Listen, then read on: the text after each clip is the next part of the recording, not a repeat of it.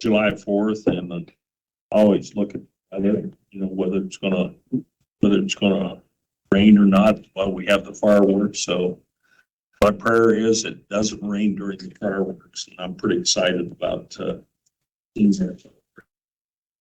Well, when is that on the lake? The 3rd. It's the 3rd. Okay. Well, I will be out of state that day, but I hope you have good weather as well. And we have our Cincinnati Reds fan with us today. Just oddly enough in Milwaukee, which Yep. follows. Can you guys hear me okay? And that's weird. Yeah, we can hear you just fine. Thank you. How are you today, sir? I'm good. So yeah, I have to wear my Reds colors proudly up here in Milwaukee. Sorry I can't be with you today, and I know I'm not able to vote in our voting pattern, but I do appreciate the opportunity to sit in on the meeting and comment where appropriate. Well, we appreciate you being with us today, Commissioner, and we did have a really good meeting yesterday on the economic development and land use planning process. I think it was the first major meeting that I had been to and got to hear the status of that progress, and I was very impressed with the work that a great number of people had done to bring us up to this point. It's certainly not complete, but I think you'd have been happy with kind of where things. Yeah, I'm encouraged. Thank you for that. I'm encouraged by the work that's been done, and we do still have some ground to cover, but I feel like we're absolutely heading in the right direction, and there's a lot of folks to thank for that. Appreciate you flying the colors today. I hope the Reds get off this little short losing streak they're on right now. It'll be all right. They will. I am excited to hear from our facilities director, Jon Kochis, today. He's going to give us a presentation on the status of some facilities issues. And I'm expecting you to have some data on the Fairfield Center, but you tell me. Yes, sir. John, can you pause for a second? Could we introduce our newest IT team member in case he needs to be moving on to his other IT duties? Not right now, but we're going to get back to that. Oh, No, I'm screwing with you.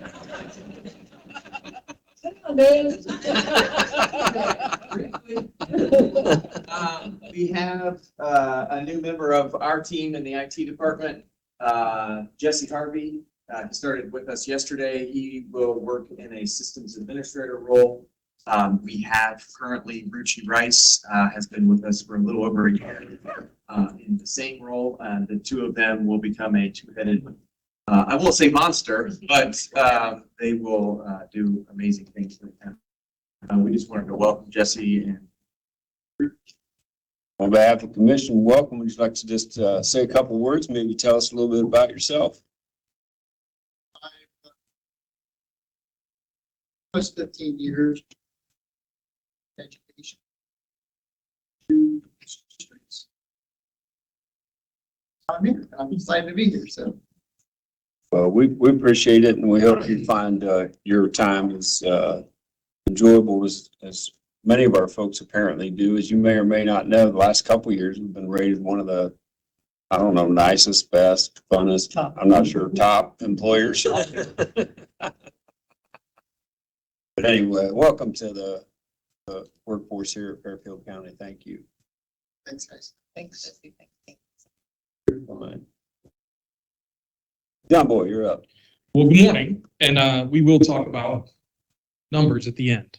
So but you're free to jump in anywhere you'd like. So I want to go over a couple of the completed projects that we've done, and we're just looking at calendar year 23.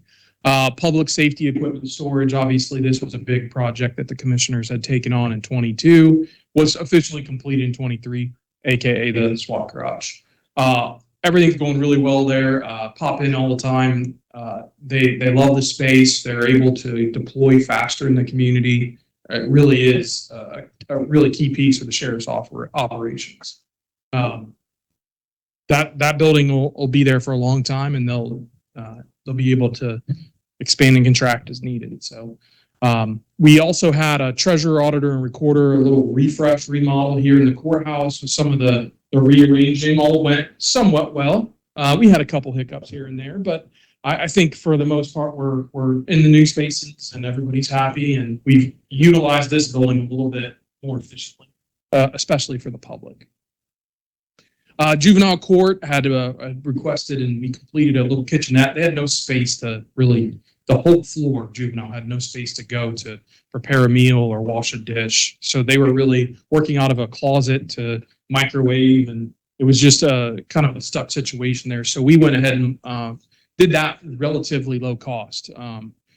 Maybe that shows a little bit in the quality of cabinetry anymore, but for efficiency's sake, we chose some pretty basic stuff. The Hall of Justice, we've been continually refreshing the Hall of Justice and painting and refreshing those spaces. And, and the side note and security with what I share with Dan, making them safer too with access control. Court of Common Pleas, we replaced the ceiling and the lighting in both courts. That was tied into an AV project that is an ARP project. As we removed that speakers and stuff out of the ceiling, we had to replace the ceiling. It was a type of ceiling that when you take one panel off, it essentially degrades. So we went ahead and replaced those ceilings in that space, as well as the lighting and upgrading LED.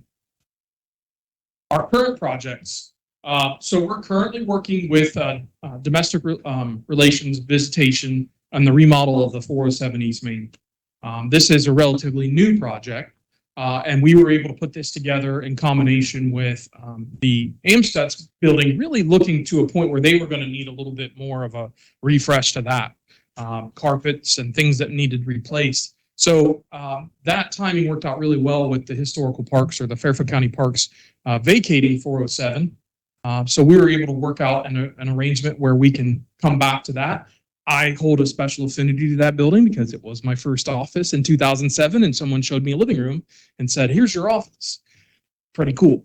So let's touch on that. Yeah, sure. I want folks to kind of understand what the commission's thinking.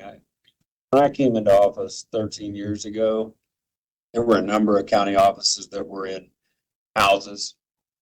And I was opposed to that. I just thought that kind of looked a little hokey for county offices to be run out of houses. And we've gotten away from that to a large extent over the years. But y'all have found kind of the one use of visitation, which I think a house makes sense for. Yeah. And that's why I support this particular use and reacquisition through a lease of that building for this use. I just want folks to kind of understand that. I think when a mother or a father is visiting a child, to be able to do that in a place that looks like a house instead of an office building or something is probably a good thing. But it is not a new beginning of the county returning to using old houses for county offices. That's not what's happening here. Yeah, and that's a great point. We are trying to create a space that feels homey, so that people can, feel a little more comfortable when they have that visit, as well as an expansion. This particular location does allow them to meet all the requirements of their grant. Sometimes they're doing exchanges there, and the situations with mom and dad are very difficult or strained, and so they do need to have a separation of the parties. This allows for that to happen in a better fashion. I really appreciate Jon and the maintenance team for looking to take on a lot of these renovations themselves. And speaking of appreciations on this issue, I do want to give a shout out to historic parks, or I guess they're not historic anymore, parks. Thanks.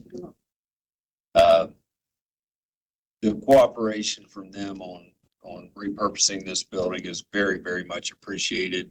Another in a long line of examples of collaboration between different agencies, departments in the county in the last number of years. Please continue. Sure. So that building, obviously, with its a little bit of advanced age, we're going to do some new flooring, some ADA improvements to the space, HVAC repairs, and new windows. Just a refresh of that space, make it a little more efficient moving forward, as best it can be for those folks. Tusing Road, we are relocating, and you'll hear more about this soon. JFS, CPS visitation and intake. They currently have been using space in the Tusing Road facility and sharing that with the health department, with other organizations that come in and out of the Tusing Road space. So they would have to clean up and rearrange their toys. And it was really a model of using one space with many different uses, but it really is becoming a point where their space is needed to have a consistent over and over space and include office space for folks in that area. Again, the improvement in the northwest part of the county for county operations, certain ones need to grow, and what we're able to do then is allow the health department to expand a bit to include more services in that area as well. So WIC, primarily, breastfeeding, environmental and nursing to some extent. So they have a good growing base there with the Tusing Road facility, and it's using it really in a good way for us.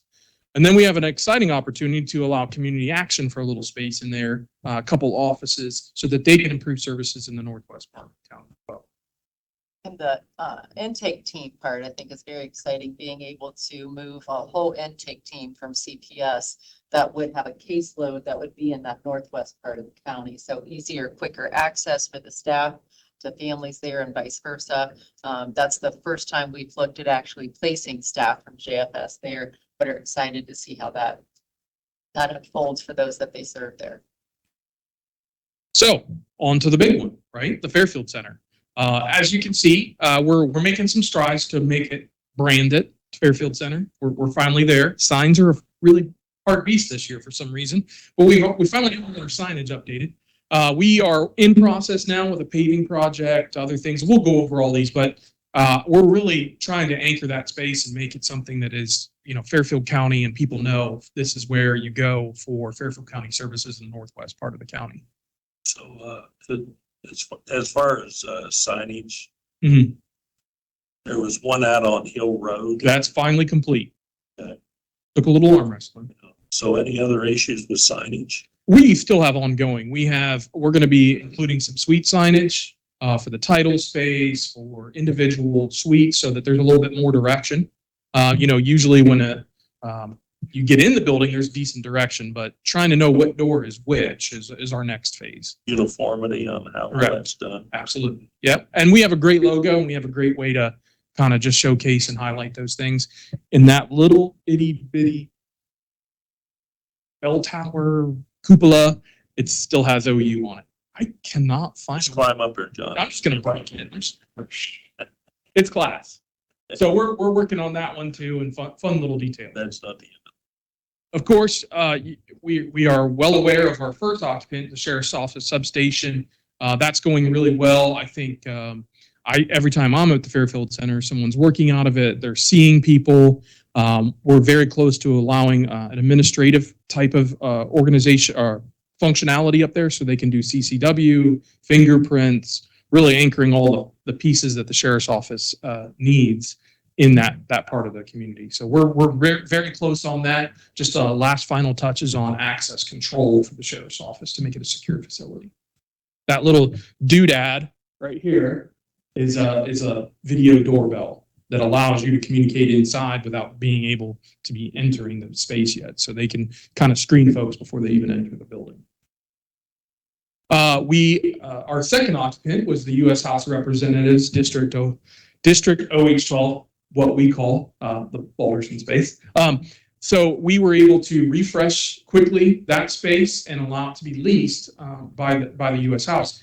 And interestingly enough, they're actually a little bit expanded, but what they're finding is it's really a space that they can kind of use in multiple different ways. They're having conferences in there and other groups and organizations, and it really just becomes kind of a good space for them, and it's centrally located within the district.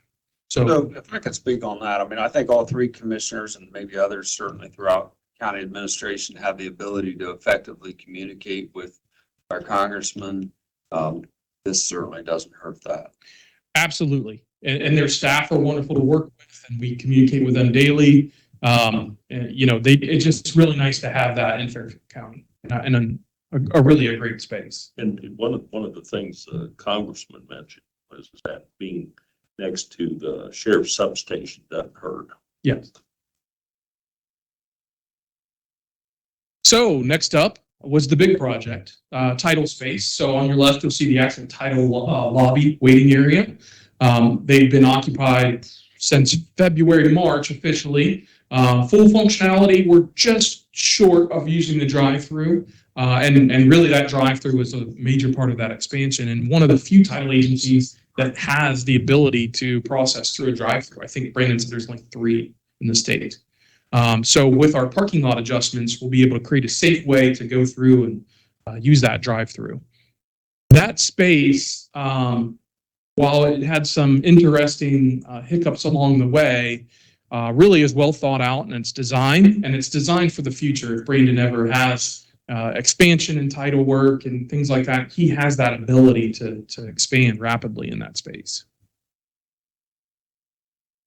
I've mentioned the CPS visitation and intake team. They're actually occupying underneath of that title space, what we call the lower level. I think the lower level is prettier. It has a way better view than the parking lot. You get to look over the ravine and the woods. It's very peaceful.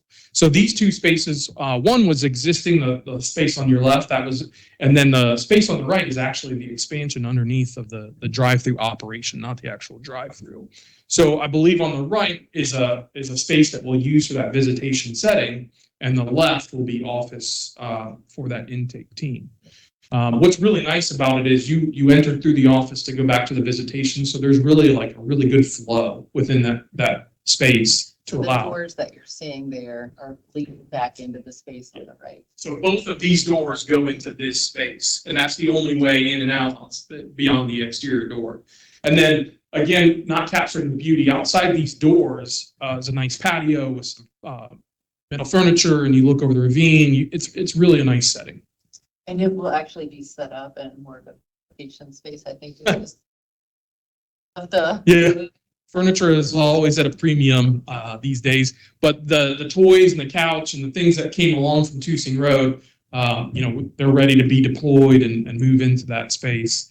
They're in those bins, which I could have probably unpacked them, but we'll keep it mobile. Another opportunity was to make space available for a partner in a lot of our mental health programs is New Horizons. So they'll be leasing space. Obviously, their partnership with many, Adam H. and many of our other organizations makes it a good fit. So they'll have a small space that's located in the lower level of underneath a title building, or what we call Building 2. And those offices were already constructed in that manner, so this did not require any construction down there. This looked like I got some new carpet. We put new carpet everywhere. The green was atrocious to me, but the green carpet was a little worn in some areas. So every space will get new carpet. We're able to do that with tiles, carpet squares like we do in a lot of facilities, keep that clean and maintenance free. Next up, which I think is my favorite for obvious reasons, is what I'm calling emergency backup services. We have a very disjointed concept of emergency backup throughout the years. We've been really focusing on our primaries. I think with Dan and I kind of working really closely here, we're able to look at what it means to be a true emergency backup to any of our functions. So on the left, top left corner, you'll see what would be in the future an emergency public safety answering point, a backup 911. So Joe Morris and I have kind of got some thoughts and processes in place. We've acquired really expensive furniture that was left over from MEC, the dispatch organization of the Columbus suburbs, and they just gave it to us for free. So that's going to be deployed in there at no cost. We are able to provide services with the new CAD by just really setting up a computer, since it's a new web-based system. So those stands, those computers, and a couple radios, and we could be functioning relatively quickly to provide backup 911 services. We're going to relocate a 911. That's going to be the final part. The actual phone line of a 911 is pretty complicated to relocate. In the middle space there, we kind of designate it as the backup emergency operations center. We had been working out of the Pickerington PD, which they are great hosts, but it's really hard to occupy their closets and put gear and stuff like that and then be able to deploy it. This will be a ready, what we call a hot site. We could walk in, turn on the lights, and start going. It also will function as a really good training space if anybody wants to use that space. It's set up as a classroom, projectors. Obviously, I love my gear, so it'll be ready to go if anybody wants to have a training in that space. And on the right is a super top secret backup server that really is our backup to anything that we have in the county. This allows us to really be off-site. We have different backups within the community, but they're primarily located within Lancaster. This will give us a true backup that's off-site, including our 911 services. So maybe it's Dan's question. Sure. I'm not sure, but help me understand that. I mean, what is a scenario under which this would get deployed, and what would be the mechanism and time frame for the changeover, I guess, is what I would call it. You'd call it something more technical than that. No, I mean, we can use layman's terms. I mean, really, it's kind of like a light switch concept that we would be able to flip that one on if for some reason this facility housing our primary data center to be in trouble, not operational for various reasons. The intent is that while both are up and running, there's data moving back and forth to keep them somewhat in sync with one another, so that if primary production here were to have troubles, we could flip the switch and work off of that location. Let me ask this, I guess, if primary were infected with some form of virus or something, again, you know how unsophisticated I am about these things, would the backup similarly be infected, or are there walls between those, so to speak? This is more about if this building took, some weather event, sort of situation. It's not so much about corruption of backup or, encryption of backups.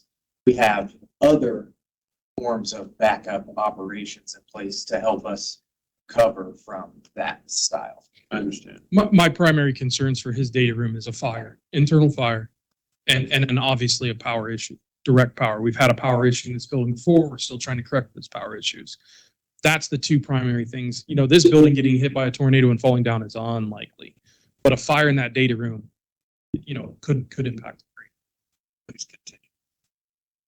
Next up, just some more flex spaces that we were afforded the opportunity to have. This was an existing conference room. I just got a quick refresh and paint and again, carpet. This is available as soon as we have access control. We're hoping by mid-July that we'll have access control, which is a pretty quick turnaround for this whole campus. So this will be on FMX. It'll be a reservable conference room.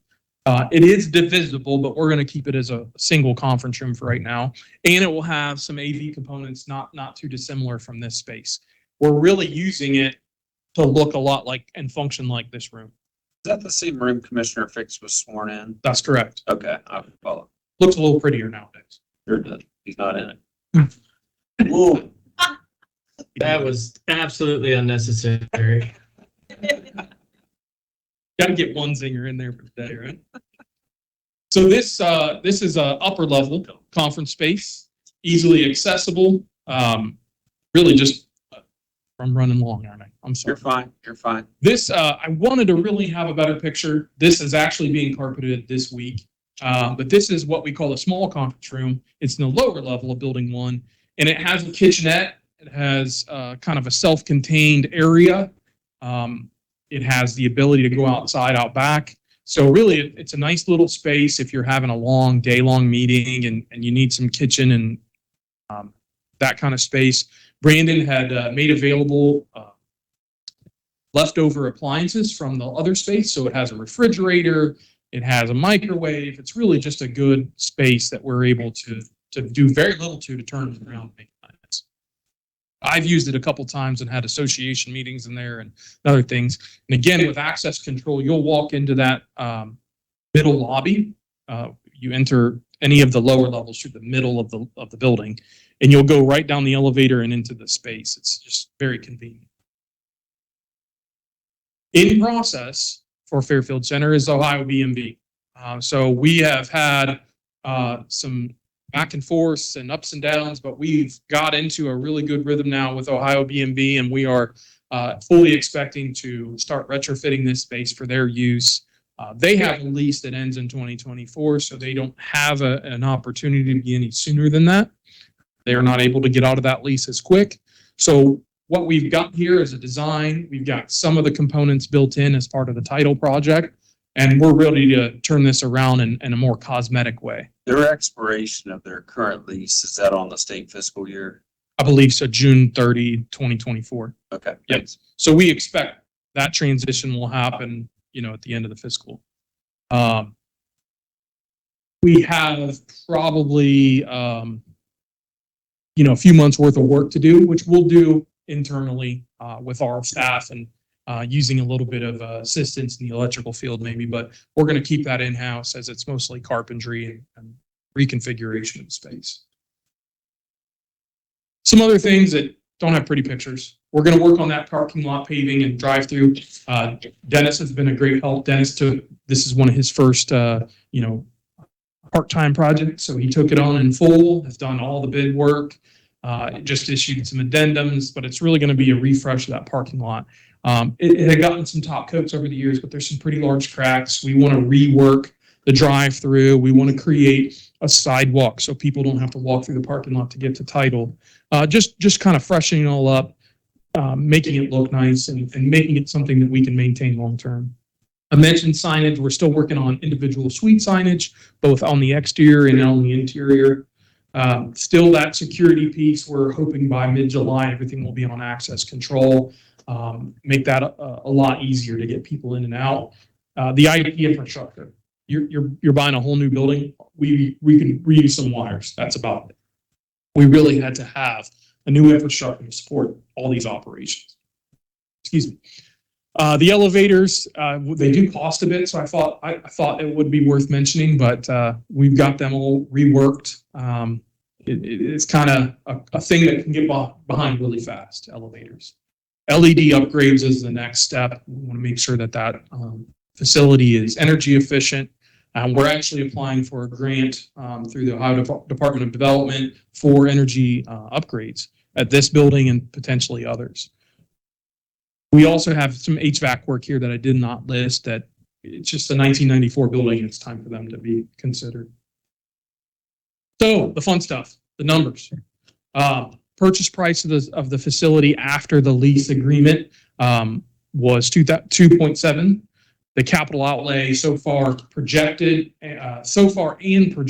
so what we have been budgeted for the space, 3.692. That rounds out that total expense about 6.4 for the site if we're all in. What that presents, obviously, in just straightaway savings, is some leasing that was previously with the Pickerington Title Office, and then new revenues from leasing, both now, the 2 and then the 23 leases that we talked about in the Horizons and the Senate or the Congressman's office. And then future with the BMV, we've estimated, because we've already agreed to that number, what those potential leases that would start in 24. So it kind of rounds out about, if you look at that number and estimate in 24, not today, in 24, there's a savings plus revenue of about $250,000 for that space. But what's not on these numbers is the increase in services that we're providing. Never have we had that a level of service in that part of the county. And new services, as well as the ones that we've just relocated. So, there's more to do there. We have a whole nother floor really to figure out. And I know there's a lot of discussion and thought on what goes on that floor. So look forward to. So, and I should know this for sure, but I'm feeling like the purchase price and the capital outlay were both cash, right? That's correct. Both ARP. Right. So there's no debt on the building. That's correct. Right. And you're pushing 4% on the ROI. Close. Yeah. That's what I figured. Okay.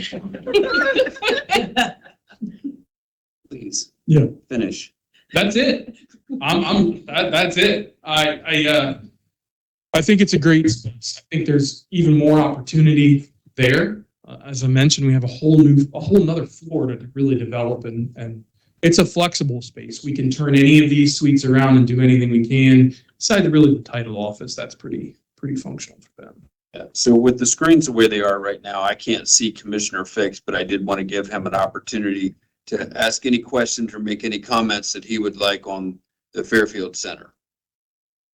I appreciate that. So I'll reiterate what I said last week, and that is that having that center there and offering all these services that we're now offering is, to me, it's a big deal. It's a big deal that the 50,000 people that live in that part of our county feel like they're connected. And this building and all the services that we're offering there certainly is a huge step in that direction. So I'm continuing to be grateful to Brandon and Carrie Brown and Ani and Jeff and Jon Kochis and everybody who's been involved, but particularly to my fellow commissioners who have stepped up and made this happen. So I'm really grateful. Thank you, Commissioner. Commissioner Levis, any questions or comments? So, it's rare we ever have an opportunity to acquire a building like this that is so perfectly designed for a move forward. So, again, I'm appreciative to OU giving us that opportunity to buy that building. But also the fact that moving forward, there's just the amount of services we can provide in that Northwest corridor is just limitless. But and I had a real interesting. I don't know if I'm spilling the secrets here, but Brandon's really looking forward to offering driver's exam capability, and what that's going to be able to do is the instructor that was there for the district for Ohio said we can really pull, like Allen Creek is so busy, they're booked out, but these people really are driving from all over Central Ohio to go to these facilities, and by offering this one, we're really increasing services for others too outside of Fairfield County. So we're kind of benefiting, obviously, with the congressional district and those kind of things, benefiting even other communities. Ani, anything additional? A huge thank you to John and the rest of the team. They have tackled a lot of these projects internally, which is a huge cost savings as well as time savings, because sometimes contracting these items out takes much longer. And John, who I've nicknamed Tigger, is on each and every project, and appreciate your attention as well as the rest of the team to it. Thanks. Can we all call him that? Yep. Yeah, I like it. John, Do I have any? you got No, any I names? can't remember that at all. It's better than Little Debbie. I didn't start that. Okay, I'm just saying. Thank you. All right, thank you for your presentation. All right, we are nearly on schedule and thrilled to have with us today representatives from the Citizens to Protect Children at Elverdy. This is the some members, I'm sure there are more, of the levy committee. And we want to give them an opportunity to tell us what they're up to and why we should all be enthusiastically supportive. Yes, thank you for having us today. So I'm Stacey Bergstrom, and I brought several other volunteers with me today, and we are all volunteers with the Citizens to Protect Children and the Elderly Committee. And a big part of this committee is helping plan events to help raise awareness for our levy campaigning that takes place for child protective services and adult protective services. So what I want to talk to you today about is our upcoming event. It's our 7th annual Blue Ribbon Run. It's hard to believe it's already been 7 years that we've been putting on this event. But it is on September 23rd at 9 a.m. in Pickerington at Victory Park. And just wanted to make sure everyone had that information today about how to register and sign up. I do have flyers that we plan on passing out. A huge part of our event and the success of our event and assuring that we're raising this awareness and funding for our levy campaigning is assuring that we have sponsors and donors. So I also have several corporate sponsorship forms to pass out if anyone has an interest in being a sponsor for our event. Really, I mean, this event is so important to our agency. Since we've been doing this, I think since like 2016, we try to save money over the course of those years with this event, so that by the time we get to that next levy that we have to go on the ballot, that we have the money saved in order to be able to campaign and fund the levy campaign. So Does anyone have any questions about this event? We all are wearing these great t-shirts. We do different colors every year. The plan, depending on inventory, is to do white t-shirts with blue writing. It's a fun event. Encourage everyone to come out and participate if you're available. Commissioner Levis, you may have a question or comment. Yes. So, it's kind of interesting, yeah, because, I guess 7 years ago when the levy was passed, is that correct? About 7 years ago, So I believe we were on the ballot in 2017. 17. And there was one year that we did not have the event because of the pandemic. So it's a 10-year levy. Yes, that is correct. So I worked with Ani and Bart and others to help get that passed. And we had little to no funding when we started, so that was part of the challenge. So I'm pretty excited that you're thinking ahead and trying to accumulate funds to promote that when it's ready to go on the ballot. Absolutely. It is such a much needed services, protective services. And you guys, I talk about you all the time. You do such good work, and what you're doing here is outside of your daily requirements as far as your jobs and skills. Thank you for everything. Thank you. I want to introduce the rest of the team. Yes. You're fine. So I have Kara Finney with me in the green shirt, Donna Salter in the navy, and then Alyssa Loxick in the purple shirt. And we're all volunteers, so we give up lunch hours on a monthly basis to plan the event, evenings, times weekends, to do planning, recruit, sponsors, donors. We really do our best to try to assure that we're putting on this event with little to no funding that's taking out of our bank account. So donations is a huge part of kind of how we do this event, our manpower. We do have other volunteers that assist us, small and mighty group, but could not do it without these ladies and their assistance. Well, there are many fine folks within the JFS organization. But please know that we know how fortunate we are to have you folks, of course, in your day jobs, but in this capacity, I'm looking at a group of people, and I don't know who else I would prefer to have representing the levy in this way. So thank you very much for that. I had a question. It might be for Corey. You may know the answer as well, but when does the current levy expire? Good question. So it's anticipated to be 10 years. However, we're continuing to have conversations that it's possible that we may have to go on the ballot before 10 years. And I know every month we're looking at data and numbers to determine what that best solution is. So it is very possible that we'll have to go before 10 years. Corey, do you have anything else to add on that? So, I mean, the 10 years would technically be up in 27. We've kind of targeted 25 to make a decision as to when we would want to go on the ballot. And as Stacey indicated, and Josh tracks on a monthly basis where we are in terms of funding and how far that projects it out for about 10 years to see where we might be. So we keep a very close eye on it so we can make a very educated decision here in the next 2 years. And I think I've been consulted on this issue a little bit, but I'm sure as you arrive at that planning phase, one of your thoughts will be to have a plan for every possible contingency. Absolutely. Commissioner Fix, how are you doing? I'm great. Thank you for asking. Oh, sure. Would you like to say anything now?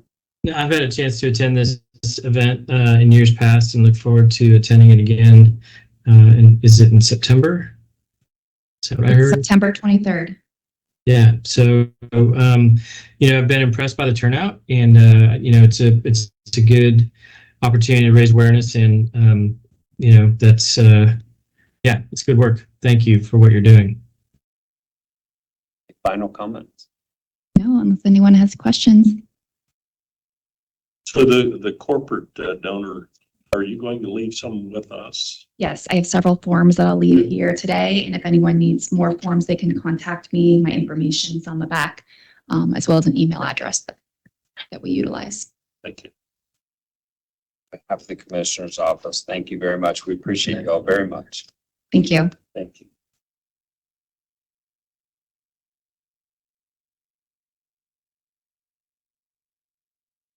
So among the many boards and organizations that we have the opportunity to make appointments to is the Visitors and Convention Bureau Board. And we have that opportunity again today, and we have a candidate with us who is interested in that appointment. Mr. Beard, how are you today? Good, yourself. Good, it's good to see you. See you as well. Want to step up here? Yeah, that'd be great. And I'll just share with you that I miss you. Thank you. And I miss, I still live in Fairfield County, but I miss working down here. and I miss Standing Stone Bank. Same. That's a whole different conversation. Right. So, you and I know each other, but there may be folks here who aren't as familiar with you. So perhaps if you would take an opportunity to introduce yourself and tell us a little bit of your interest in this appointment. All right. Thank you. And thank you for commissioners for inviting me today, and Ani for providing me this opportunity. Don't forget, Rick. Don't Right. Well, yes, thank you. I have been a resident of Fairfield County since 2011. I live in Pickerington. I worked with Standing Stone Bank, which was a bank headquartered here in Lancaster from 2007 to 2021. So 14 years. Served as the chief financial officer and then the president. We sold the bank in November of 21. About 2 months ago, I bought Molly Maid cleaning franchise. We are based in Gahanna, but we do serve Fairfield County. So in addition to living here, I still do some business in Fairfield County. Why I would like to serve on this board, primarily through my involvement with the bank, I was able to work a lot with different organizations in Fairfield County. And I'm very impressed with what we have going here. And I want to be able to continue helping in that regard. I still serve on the Fairfield County Foundation Board. I'll be done with that at the end of this year. And I was looking for something to continue within the county. And so this seemed like a really good opportunity. So I'm not originally from here, so I have an outsider's view a bit of Fairfield County. And I think there is a lot to offer in terms of the quality of life, the activities that are here that I really did not know about, even living in Franklin County and in Delaware County for a few years and growing up in Northwest Ohio. Now seeing this for the last 14 years, 12 years living here, 14 years working, there's a lot of great things going on. And I'd like to be able to help promote that. I also think that from my experience with being on a board in several different capacities, I think I can bring some of that experience to the board itself, and then help the organization in that way. So thank you for that introduction. I don't have questions of you. I will just make a comment that usually prior to these types of interviews, which aren't quite so formal, but interviews, we do get briefings from staff and folks, and I may not be thinking of one in the past, but the recommendations from staff for you are as glowing as I've seen for a candidate for a board appointment. Thank you. And given my historical knowledge of you and your work, that wasn't terribly surprising to me. Well, thank you. I appreciate that. Thank you. Appreciate you being here.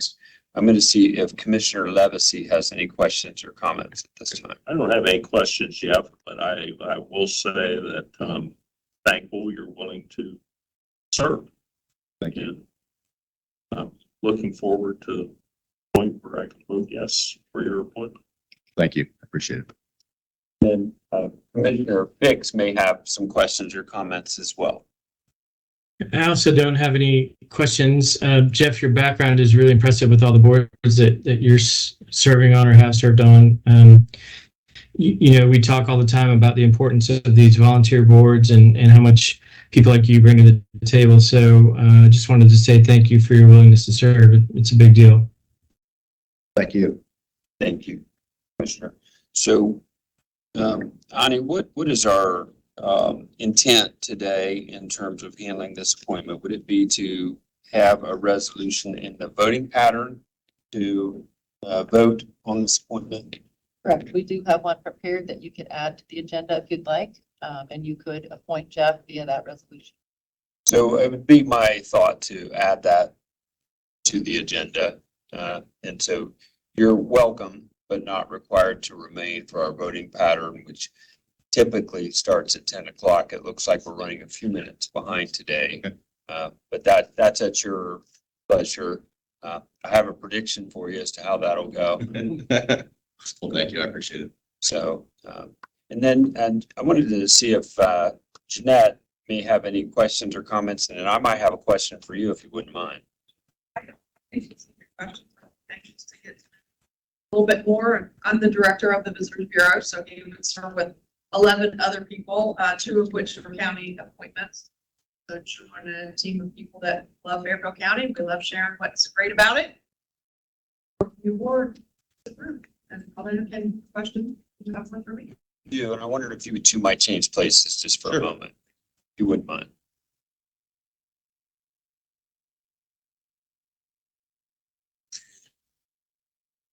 Appreciate you being here today. This is totally off script, so I apologize. And if you would like to get back to me on my question, I fully understand that. It emanates from a meeting I was in yesterday on the county economic development land use plan that is being developed, nearing completion. One of the consultants in the meeting yesterday just said something. It wasn't prominent in the discussion. It was almost a drop line, but it caught my attention. And the reference was to, and I might even get the language wrong, but like a UNESCO World Heritage Site designation. Yeah. And he said it in such a way that made me think it was a really big deal, but I don't know much about it. And It's a very big deal. And I wondered if you might know more about that and what was he talking about? 'Cause I wasn't. Yeah, it's a designation about the mounds, Indian mounds that are here in Ohio. It's a, worldwide designation, huge places around the world. There are very few in the United States that are on this list.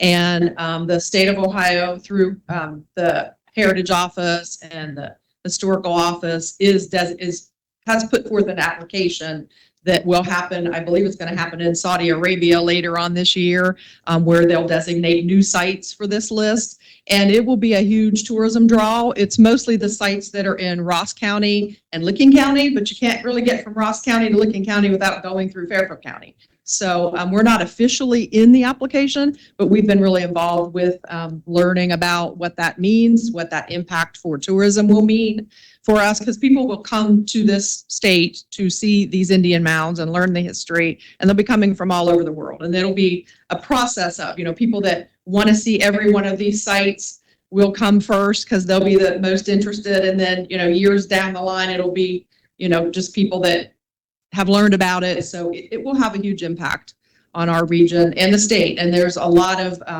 state level funding that's gone into this. A lot of people on the state level have been pushing for this, doing a lot of research. There's a lot of marketing that's kind of been done, but on hold, because if the designation doesn't happen, then, none of that stuff will be released. But there'll be a website and, all of the marketing that'll go along with it. But yeah, so very significant. I think that's where the consultant was kind of coming from, is thinking that designation, if it were to occur, might give Fairfield County an opportunity to capture a day or two, if you will, Right. of a person's travels or visits Right. to that designated site. Absolutely. And we do have some mount sites in Fairfield County that, aren't part of this, but will certainly be explored by people who are interested. And I am familiar with that, and I appreciate you taking the time to touch on that. It's potentially exciting. I guess we're supposed to kind of hold our breath a little bit. Yeah, this has been a 10-year process. I mean, they didn't just do the application, this year. They've been doing research and filling out lots of historical data. It's a pretty big application process, and the designation will be significant. So we're excited. And part of it was the lawsuit that went forward with Mount. Absolutely. Yes, and Licking County. they lost, so it's available. We're excited. Lastly, do you have any questions for us? I don't. Thank you. We appreciate you both being with us. Thank you.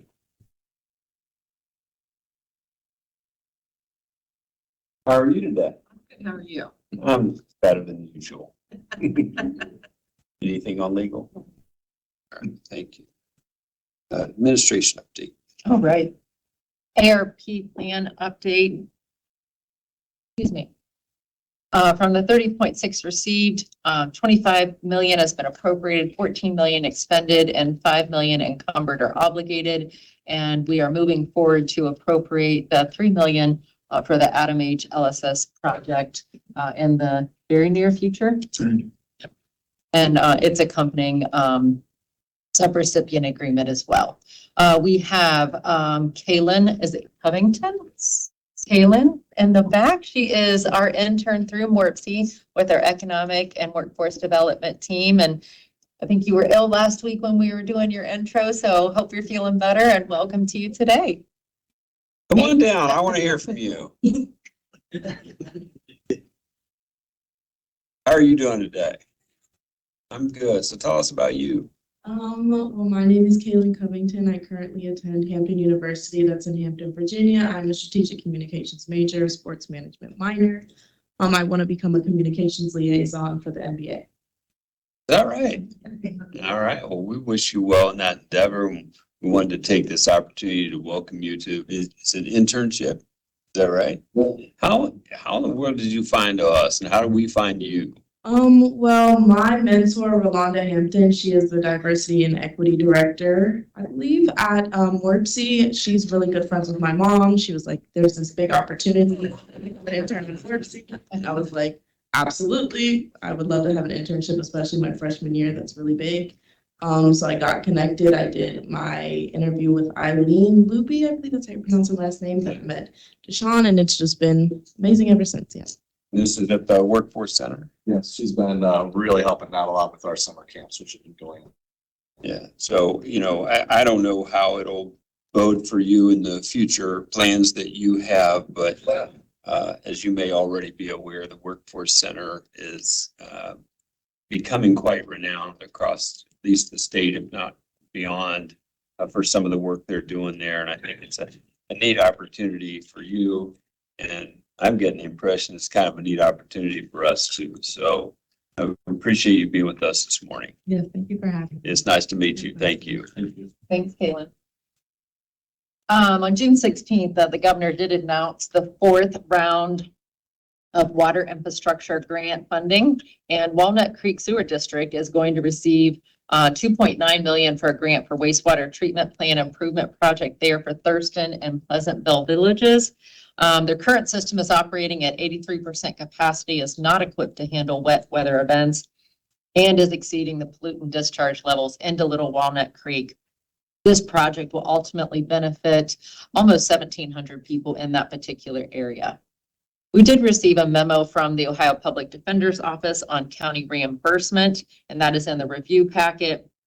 And this is sent out stating that due to an increase in monthly submissions from counties requesting reimbursement, the final months of the fiscal year will be reimbursed at 66% for a final fiscal year average of 79%. This memo does say it's the second highest reimbursement rate that we received, but it falls well below the 100% that was the goal and estimated with the state budget previously. In Fairfield County, just for calendar year so far, 67.92% is the reimbursement rate we're experiencing. So not the fiscal year, just looking purely at our calendar year. And last calendar year, we were at 90%. So just to touch on that for a minute, if I could, we went, I think it was $40 an hour on the reimbursement to the Defense Council prior to some changes we may have made around 2019, I want to say. And then recently in January of this year, we went to $65. The Ohio Public Defender's Office a couple of years ago made a big push across the state to get everybody to increase their rates to $75 an hour. Now they're lamenting the fact that people heeded their advice and raised their rates, and now it's costing more. The reimbursement rate has gone down. And it is consistent with my 13 years of experience where they have lied every time in their projection of what the reimbursement rate would be. Their memo confirms that. Thank you. I know If I this may- is the item with the budget, and CCAO is hopeful to get some movement, but additional funding is definitely required. But CCAO had also hoped for a cap on that. That would help contain that spending. So if I may on that. So I have had continuing conversations with Representative LeRae, who is a member of the small group of state representatives and state senators who are combining their efforts to finalize the budget. We did put an ask in over the weekend to increase the funding by $30 million and to cap the rate. So obviously the budget's not done yet, but those comments were received well, or those requests were received well. So hopefully we'll get this put to bed once and for all, though as Commissioner Davis and I'm sure Commissioner Levesey, I'm still a bit skeptical about the Public Defender's Office. Thank you, Commissioner. Elected official and department head roundtable will take place on July 18th from 1 to 4 at the Workforce Center. So we appreciate Rick and his team hosting us there. Highlights of resolutions. The review packet contains a list of administrative approvals, and there are 31 resolutions on the agenda for the voting meeting today. Actually, we'll make that 32 because we're going to place the board appointment on the agenda for that. Couple of note, approving a memo receipt and memo expenditure for the issuance of the airport improvement bonds. A resolution approving the approval of a construction agreement with Sutherland Building Company for the administrative building at the Board of Developmental Disabilities. David, do you want to add anything to that? I'm here to answer any questions. I think the commission both needs for our property. We are to invest significantly in that property. It is particularly, it's not sexy stuff. It's capital improvement and maintenance. Building on the roof, a small building outside our maintenance department includes resurfacing and fixing the parking lot, which turns into a skating rink in the winter when the water doesn't flow the right way. And so there's very little cosmetic like upgrade. Superintendent's bathroom, though I tried, was not included. Private bathroom didn't make it into the plans. But nevertheless, it's all capital stuff that needs to be done that we have the cash to move forward with that will provide significant upgrades to that facility. We also have a resolution regarding the DHL TIF in Violet Township, a resolution approving the RLF loan documents for Lava Wash. Anything on those two, Rick? So this is a tax incremental financing tied to the DHL project that we have at Boston Western Road. And this is going to, basically what it does is it reinvests tax revenue that would typically go to different taxing entities, and it goes towards improvements to the infrastructure along that corridor. So it will help develop that entire corridor. We have multiple other projects that we're hopeful on that this will tie back into. That's a 30-year TIF. It's the first one that the county has led, so obviously there will be some work with the auditor's office moving forward on how the taxing and everything works, but that will be later once the building is built. And exciting opportunity, really starting to see some development there. And getting Lava Wash over the finish line. Finish line, all those documents signed, so we can have opportunities for folks to do laundry if they don't have options at home. It really ties back to the housing and low-income housing needs. Perfect. And then lastly, a resolution for the approval of the residential public infrastructure grant application. And that would be following the public hearing if the commissioners do decide to add that to the agenda as well. Budget review. Bart, welcome back. You have anything? Thank you. Nothing for this week. Okay. A couple recognition items from the county auditor's office. Following the Heritage Association tour, Kurt Truax and the mapping technicians worked quickly to make copies of the Zanes Trace map and other maps for requests from the Sherman Museum and members of the public. Thanks again to the volunteers who provided good information and tours to about 300 people over the weekend. Some of the attendees lived in the building at 108 North High previously, and others knew owners and occupants of the building in the past. One attendee is celebrating her 100th birthday next week. 2 property owners reached out to the county auditor to say they were impressed with the Board of Revision process this year, commented on the efficiency and organization of the hearings, as well as the speed in which follow-up letters were sent. And lastly, the county auditor thanks Greg Forker for attending the American Society of Farm Managers and Rural Appraisers meeting last week. There was a lot of discussion about pending legislation, of which there is general favor of the concept of the Ohio Department of Taxation using 3-year averages of values as opposed to a current value as of the tax lien date.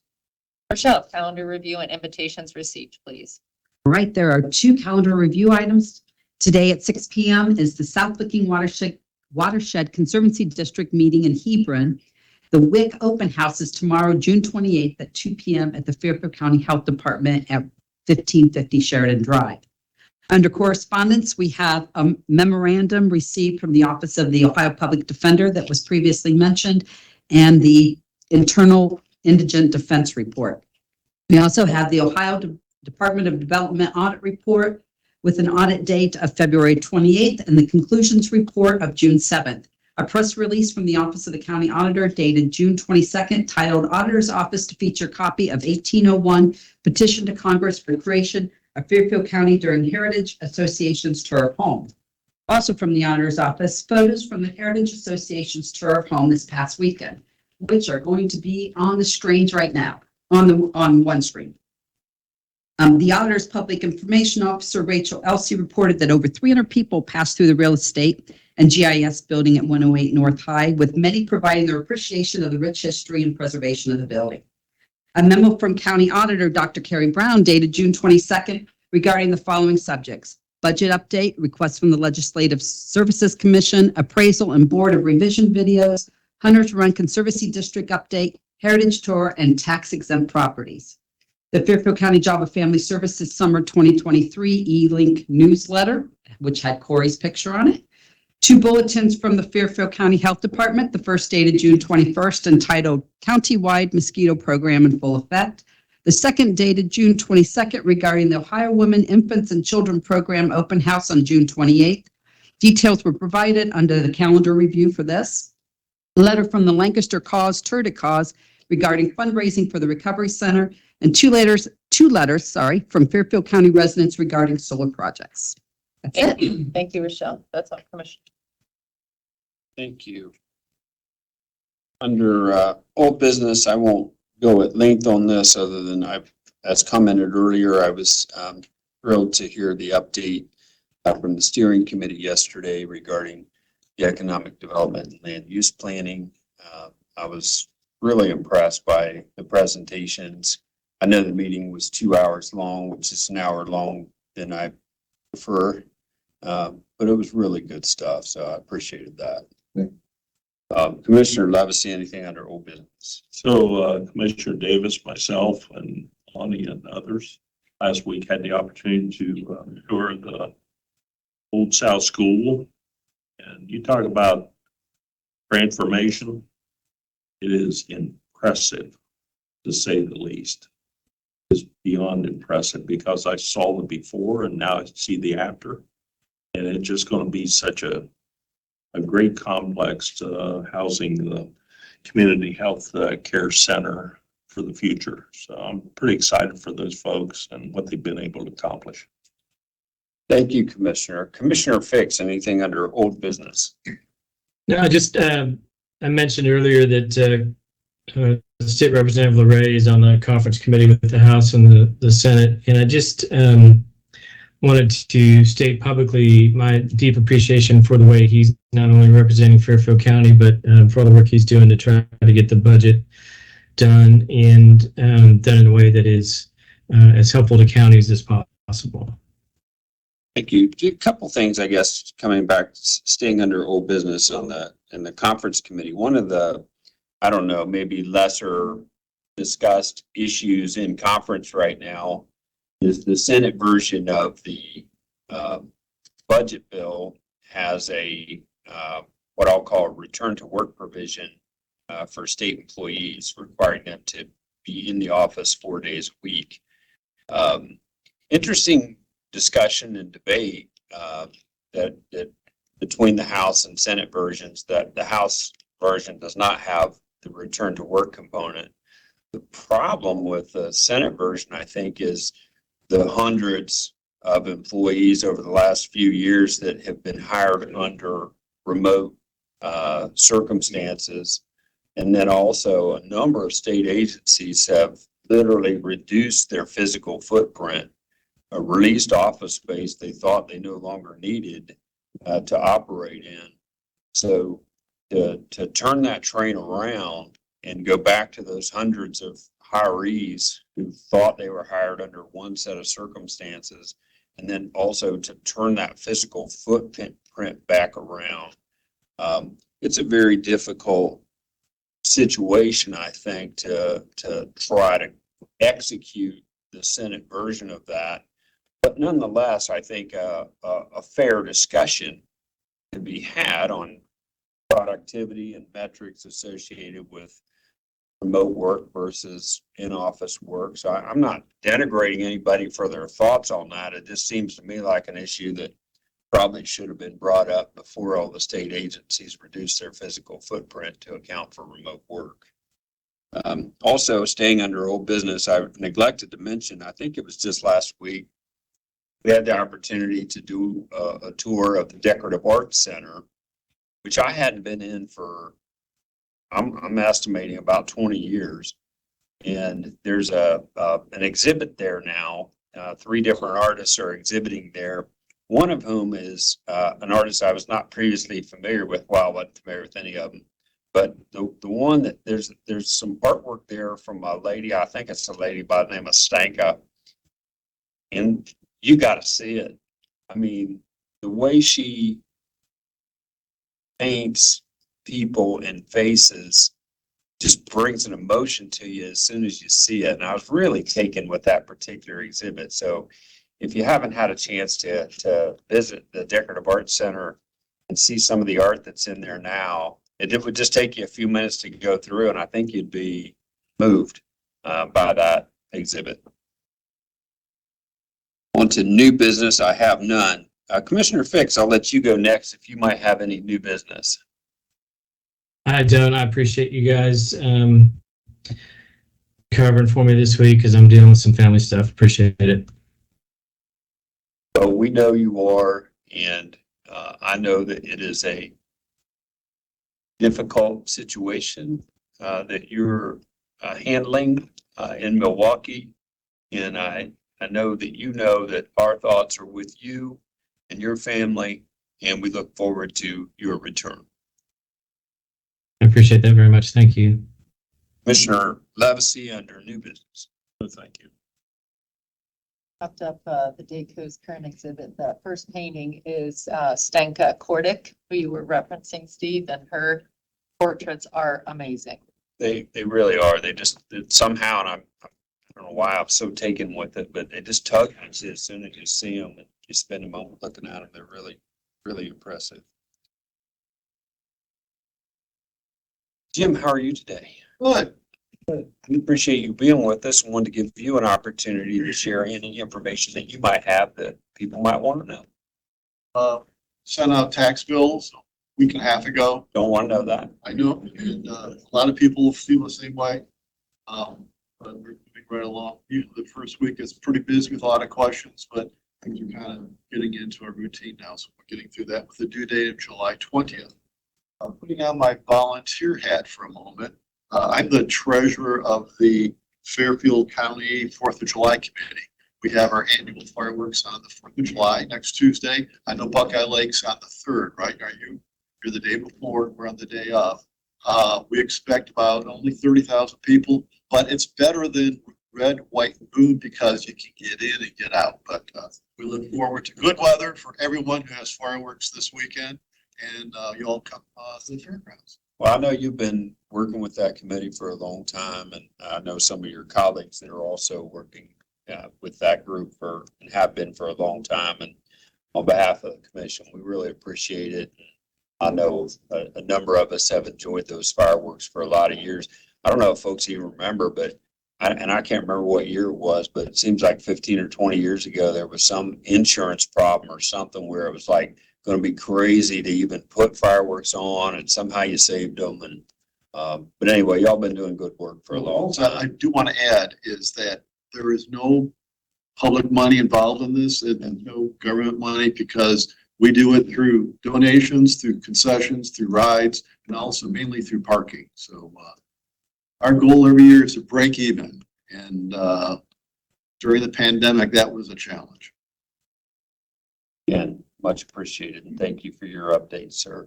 We have also with us Lisa McKenzie, our county reporter. John says you love your new office space, but I don't know for sure. Do you? We absolutely do love our new office space, and I think the public really likes it. It's easier for them to find us. You know, before when they walked in, they walked into a room full of books and they looked around and they're like, where are the people that work here? And now they come in, they're greeted at a nice big facility, a nice area. We have nice counter space where we can process their documents for them and give them a place to sit while we get through the whole process and everything. So it's really convenient. It's really nice, and we really like it. We're enjoying it. Thank you very much. Just a second here.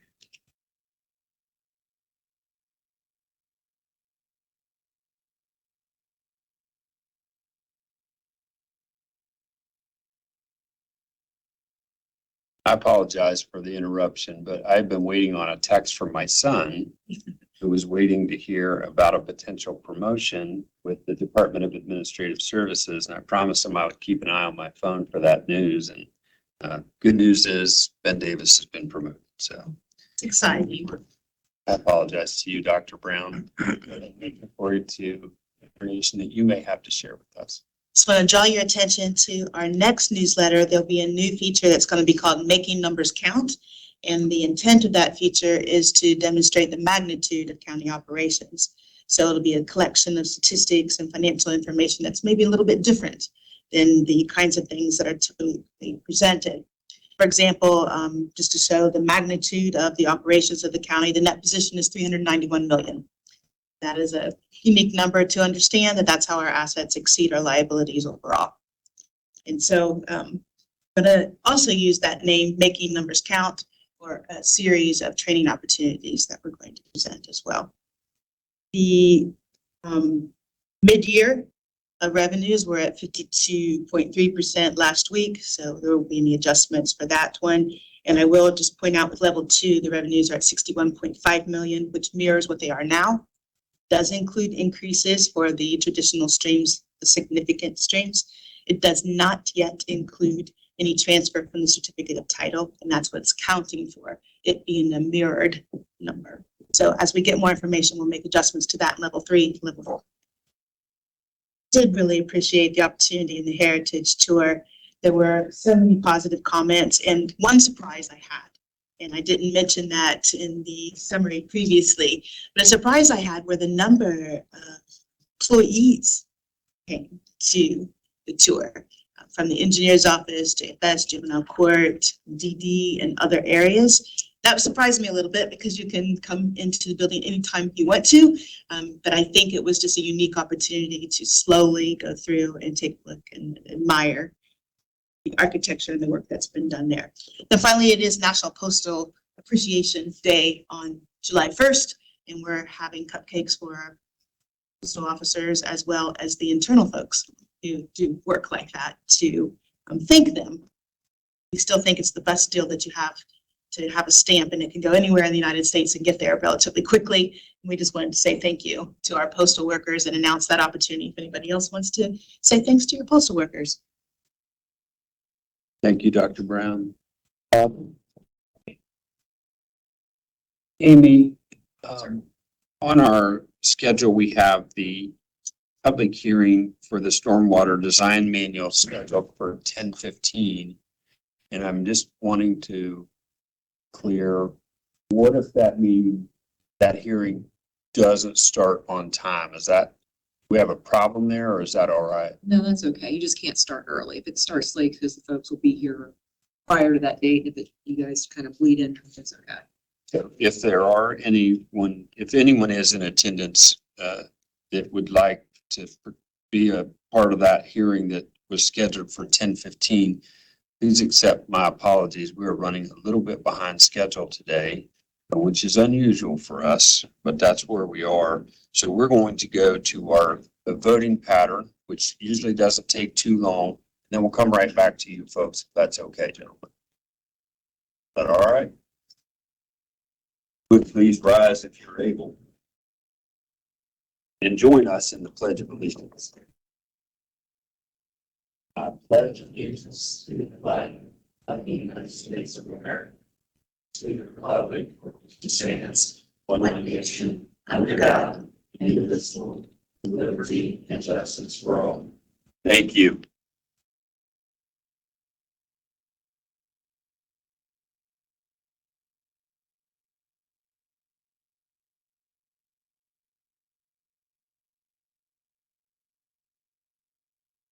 Michelle, do we have any announcements? I do have one on the agenda. At the end of it, after the Stormwater Design Manual public hearing, there is an RPIG grant hearing. After that hearing, there is a resolution on the agenda regarding the hearing. So that is the only announcement I have.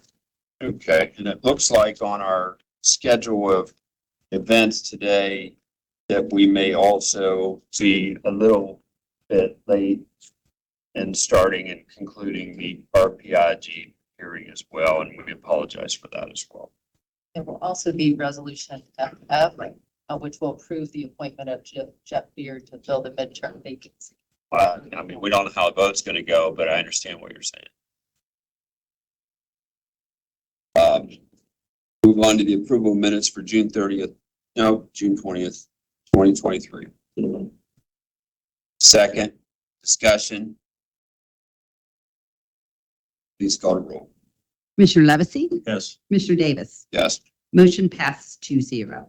From the Commissioner's Office, we have Resolution 2023-6.27.a, a resolution to appropriate from unappropriated and to approve a memo receipt and memo expenditure for Fund Number 4895, Airport Improvement Bonds, Series 2023. Under Commissioners, I move resolutions A, B, C, D, and E. Second, discussion. Just a note here, folks may notice that Commissioner Fix has been a participant in our meeting all morning and remains with us now, but remote voting has been removed from the state permissions. And so he's with us, but not permitted to vote remotely right now. Further discussion. Please call the roll. Commissioner Levesey? Yes. Commissioner Davis? Yes. Resolutions passed 2-0. I can also add now from the Commissioner's Office, which would be Resolution 2023-6.27.ff. So move. Second. And this is the resolution on the appointment, correct? Would you like me to read it? Please. A resolution approving the appointment of Jeff Beard to fill the midterm vacancy on the Fairfield County Visitors and Convention Bureau Board. Section 1 would state that the Fairfield County Board of Commissioners hereby appoint Jeff Beard to the full-term vacancy on the Fairfield County Visitors and Convention Bureau Board. Section 2, that the appointment is effective July 1st, 2023, expiring December 31st, 2023. This would be because it is a midterm replacement. Further discussion?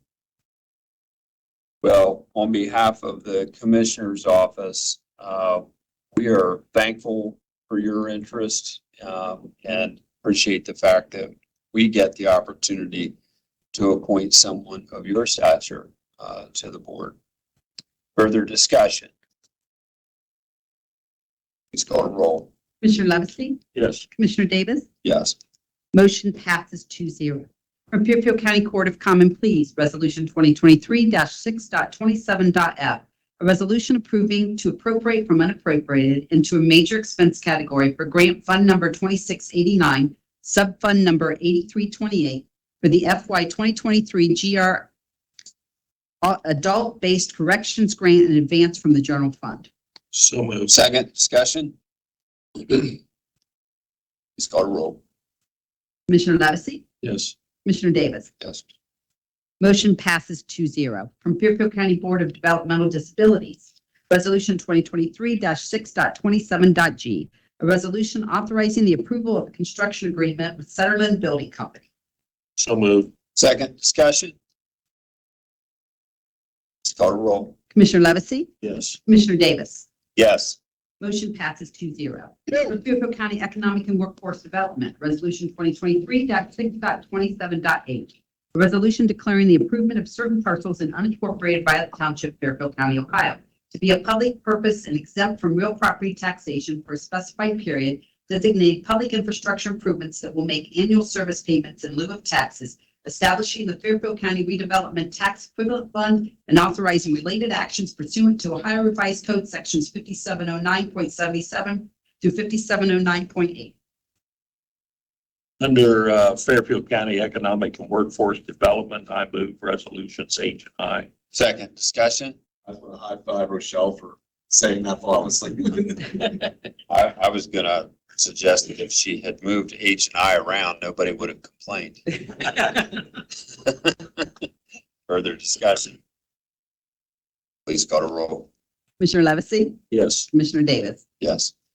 Resolutions passed 2-0. From Fairfield County Emergency Management Agency, Resolution 2023-6.27.j, a resolution to appropriate from unappropriated in a major expenditure object category EMA funds and number 2707 Subfund 8300. Under Fairfield County Emergency Management Agency, I move resolution J and K. Second discussion. Please call the roll. Commissioner Levesey? Yes. Commissioner Davis? Yes.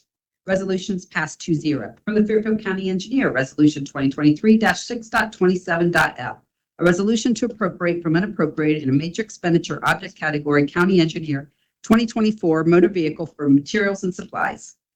Under Fairfield County Engineer, I move resolutions L, M, and N.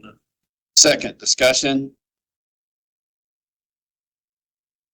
Please call the roll. Commissioner Levesey? Yes. Commissioner Davis? Yes. Resolutions passed 2-0. From Fairfield County Family, Adult, and Children First Council, Resolution 2023-6.27.o, a resolution to approve additional appropriations by appropriating from unappropriated into a major expense object category, Fund Number 8157, MSY FCSS Fund Family, Adult, Children First.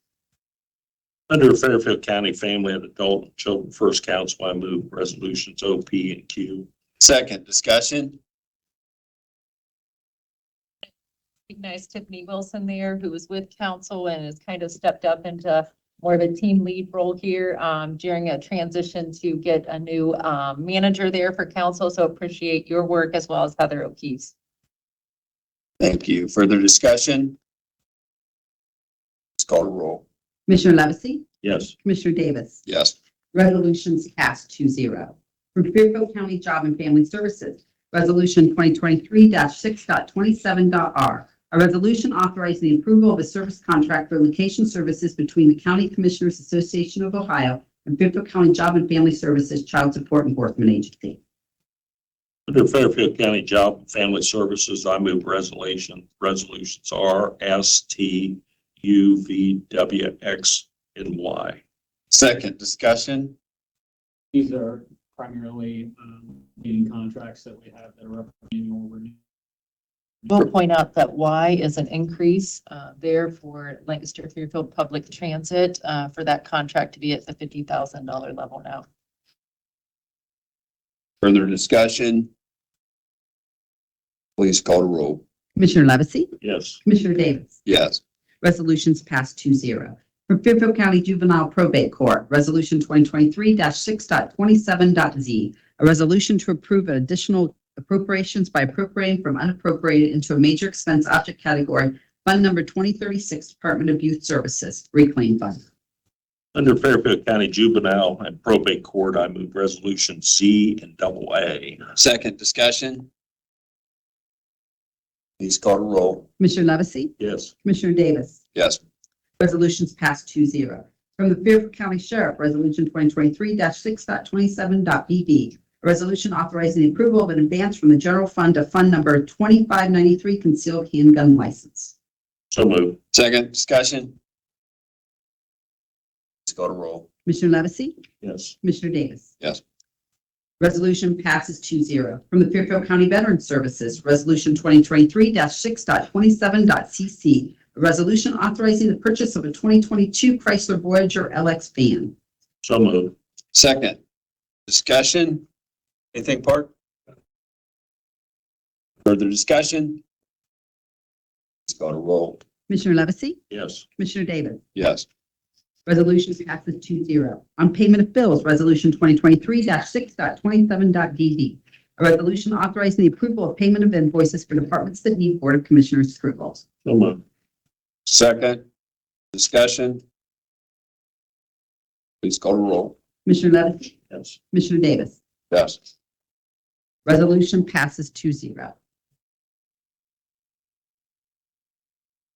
So our next regular meeting will be on July 11th, 2023 at 9 a.m. Also at that meeting, the opportunity for voters and taxpayers to address the commission will resume, as is our normal course.